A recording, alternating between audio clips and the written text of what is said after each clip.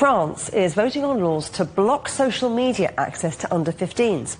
The upper house of the French Parliament is also considering a ban on mobile phones in senior schools. The proposal has been backed by President Emmanuel Macron. Sarah Coates is in Paris. Great to see you, Sarah. So talk us through how this is going to work if the vote passes.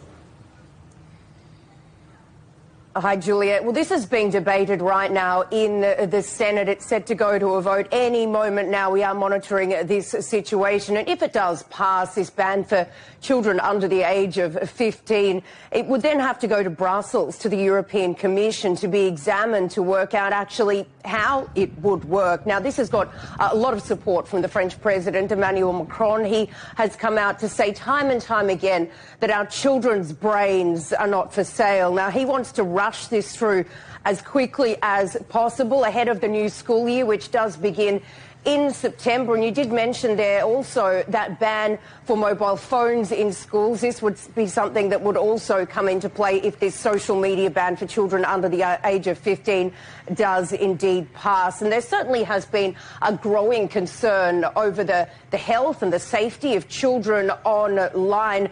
France's health watchdog has come out to say that 1 in 2 children actually spend between 2 to 5 hours on social media every single day.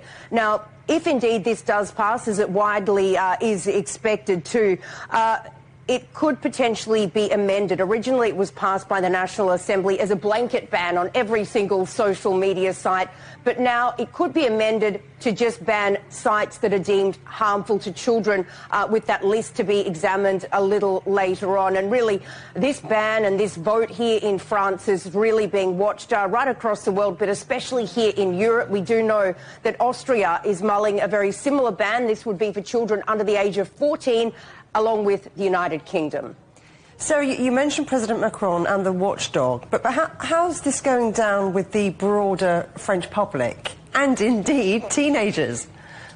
Well, I've been speaking to a lot of stakeholders, let's say students, parents and also teachers, child psychologists over the course of the last few months to really gauge their opinion on this proposed ban. Parents say they're very well on board with it. They think that the children have really got their heads buried in their mobile phones for far too long every day. Teachers have been saying to me that it's a real distraction in schools having kids using their phones and logging into things like TikTok and Snapchat on a daily basis.